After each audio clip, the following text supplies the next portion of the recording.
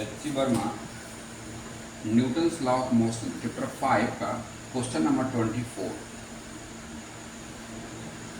Figure में दिया हुआ है कि uniform rod of length 30 centimetre, ये रॉड है, इसका टोटल लेंथ यहाँ से यहाँ तक का लेंथ जो है 30 सेंटीमीटर का लेंथ, ये पूरा 30 सेंटीमीटर का रॉड है।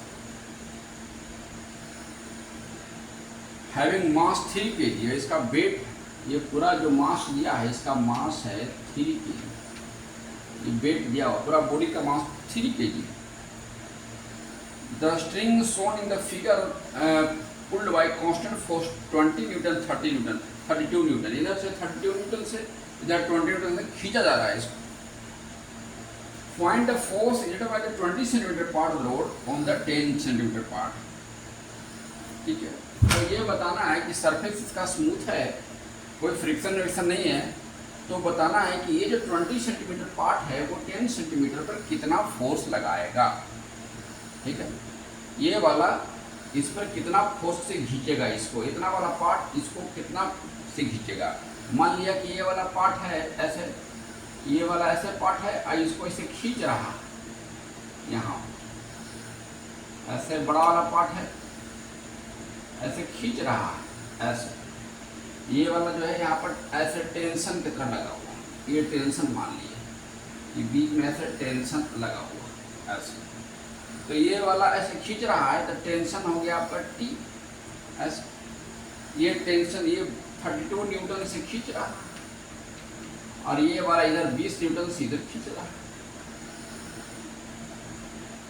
तो बताना है यही टेंशन, ये T निकालना है, ये वाला T ही इस पर फोर्स लग रहा है जिससे घूम रहा है, ये T कितना है ये पता करना है, ये वाला पार्ट इस पर कितना लगाएगा, यानी ये T कितना लगाएगा।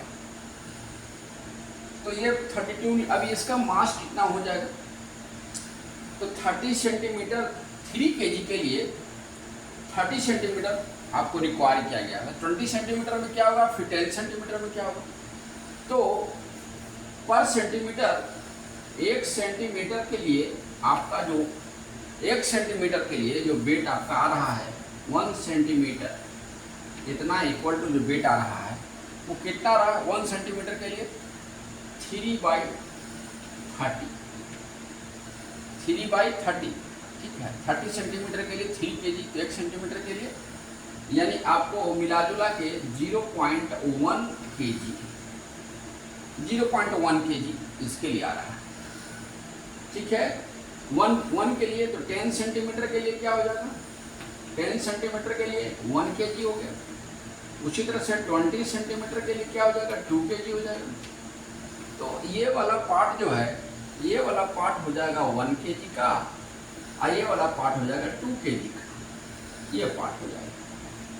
ठीक है, तो इस तरह से ये पार्ट हो गया। अब जब इस बॉडी को हम चलेंगे, ये वाला 1 kg का पार्ट है और ये 2 kg का पार्ट है, तो जब इसको पुल किया जा रहा है तो देखिए 32 न्यूटन ज़्यादा, इधर ज़्यादा फोर्स लग रहा है, कम लग रहा है, यानी ये सिस्टम इधर चलेगा, ये सिस्टम इधर मूव करेगा। तो मूव करेगा तो यहाँ देखिए, मान लिया ए एक्सेलरेशन से सिस्टम चला, ए एक्सेलरेशन से सिस्टम इधर चला, तो चला तो ये भी चलेगा, यानी 1 kg चलेगा, तो क्या हो जाएगा 1 × A equal to 1 × A equal to क्या हो चलेगा तब T - 20 न्यूटन, ये चलेगा T - 20, इसको सिर्फ 20 रहने दीजिए, T - 20। और फिर ये अब इसमें आइए तो T इक्वल टू क्या हो जाएगा, T इक्वल टू हो जाएगा 20 + A, ये T निकल गया। यदि A मालूम हो जाएगा तो टेंशन मालूम हो जाएगा, वही इसका फोर्स है। आइए नाउ